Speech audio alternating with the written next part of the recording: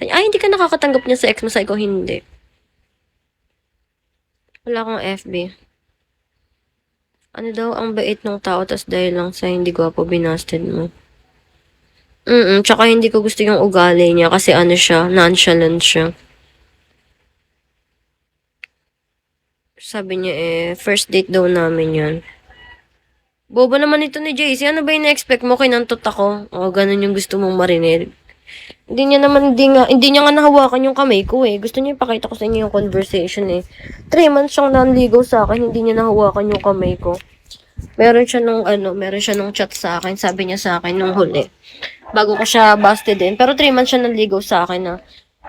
Di binila niya ng Jollibee yung family ko. Sabi niya sa akin, habang nag-aantay kami sa parking lot, nararamdaman ko, sabi niya sa akin sabi niya sa akin, pasmado ba yung kamay mo? So, parang napapansin ko na sa isip-isip ko, gusto mo lang hawakan yung kamay ko.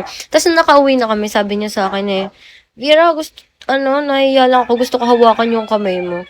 Gusto niya daw hawakan yung kamay ko. Hindi nga nakahag sa akin yun hindi nakahalik. Yung mga nanligaw sa akin, hindi nakahag, tsaka nakahalik sa akin. Ay, meron pala ako nanligaw na naghag ako. Pero alam niyo yung hug na, kunwari, eto yung tao. Ayan siya, gumanon lang ako. Tapos na, ganun lang.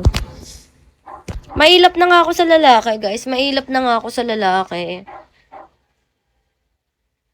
Mika, I love you. Kala mo naman ko yung mga solid kong nanonood dito, hindi maniniwala sa'yo, no? Hi, Inasal. Grabe naman standard mo. Hindi naman. Sobrang nasaktan lang, babe. Hello, Hive. Hive? Hive ba yan? Tinapay. Talaga ba? Mailap nga ako sa lalaki. Tinapay girl. Tinapay girl! Hello, misteryoso. Hindi ako virgin, bobo. Ohio. Guys, hindi na ako, sabi ko sa inyo, yung recent ex ko, sinubukan namin magka-baby. Sinubukan namin magka-baby, guys. Ikaw ba yan, Hail Mary? Hello. Talaga ba? Si Versus. Di ako sweet, Raul. Hi, JR. Good morning. Gising ka pa rin. Ano sa tingin mo? Nakikita mo na nagtatanong ka pa.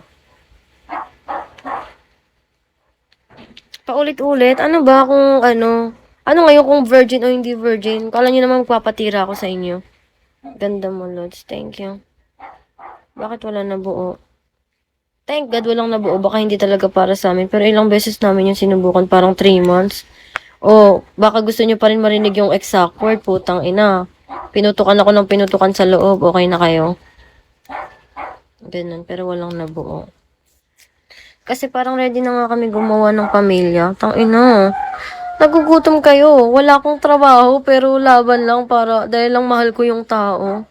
Ako pa nga nagsabi ng paglaya nung sabi ko sa kanya, Par, ibahay mo na ako. Sabi ko sa kanya, magsama na tayo sa bahay kasi mahal na mahal ko nga kasi yung tao. Bata mo pa. Hindi ako bata. Tari naman siya kasi pinagdaanan. Wala akong pinagdadaanan, Raulo. Kung meron man akong pagdadaanan, itutulog ko na lang. Ayan na, nagkwenta. Ay, ito na nga. Tapos nun, tama ka na nga, love you. Raulo ka. Anong gustong kwento? Kinangina mo. Eto, magkakwento tayo. No? Uulitin ko ba yung kwento ko? Kasi yung ex ko.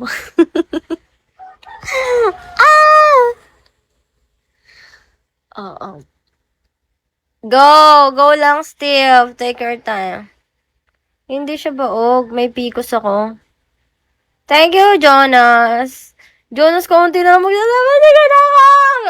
Lalalala. Ha? Si Raulo to. Ayoko na lang magsalita, si Raulo ka. Ayoko na ng ganyan. Ayoko na. Hindi nyo dapat ako makilala. Hindi nyo dapat ako makilala. Oo. Wala nang next love. Single ka ba? Yes. Thank you, Jonas.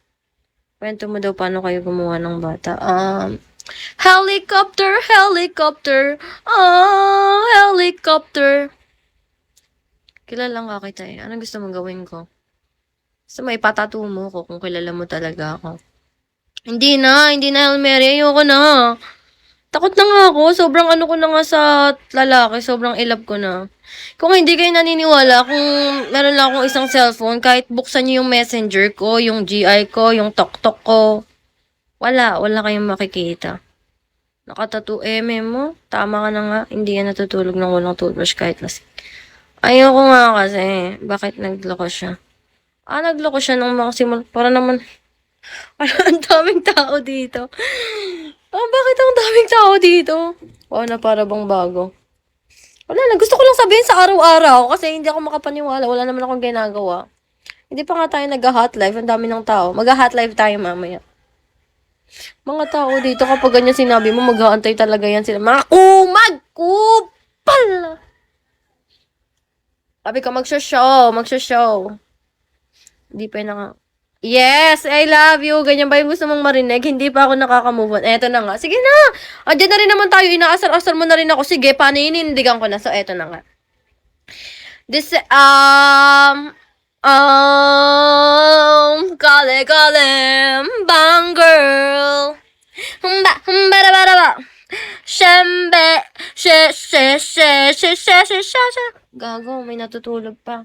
Eto na nga, di ba nakakulong ulit siya. Noong December 16, noong December 15, nakalaya yung tropa ko. Hindi ko alam na nakulong yung tropa ko. Sabi niya sa akin Vera, nakakosa ko ex mo. Sabi niya, ex mo si ano. Sabi ko, paano mo nalaman? Sabi niya, nakakosa ko, nakasama niya daw sa kulungan. Yung tropa kong yun, hindi ko pinapaalam kung anong pangalan ng ex ko. Tapos nagulat ako, kilala niya. So, malamang sa malamang, nagsasabi siya ng totoo. Hanggang sa sinabi niya sa akin na nakulong nga din daw siya. Tapos kasama niya pa sa tarima yung ex ko. Talagang tabi sila, ate.